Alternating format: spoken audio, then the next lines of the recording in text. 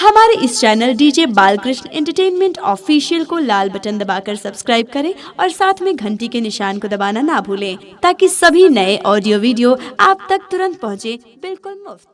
किया बीते छलिए ना यो चंदन घसीटे ना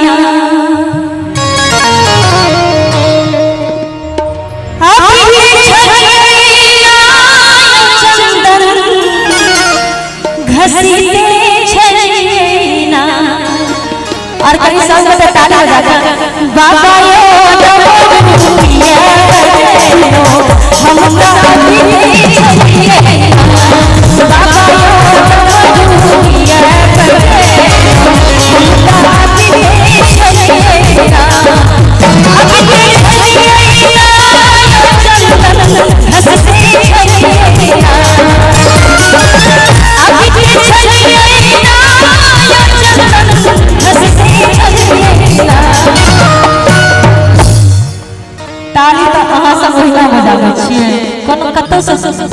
मतलब अच्छे नहीं छे लेकिन कहीं साथ होता वजह पे ज्यादा नहीं लगते ना टाइगर के हाथ उठाकर सबसे ताली के साथ बाबा यो हमका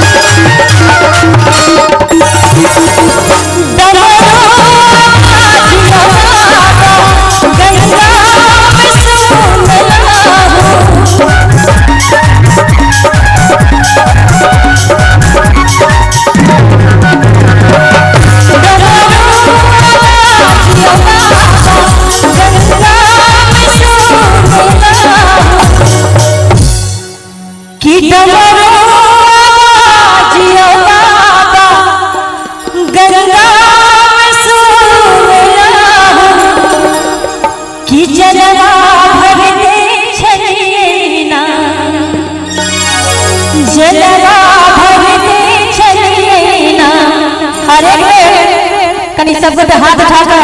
एकदम पांच छह मतलब पे ठाड़ छिए और सब बजा सके छी कोना दिक्कत छै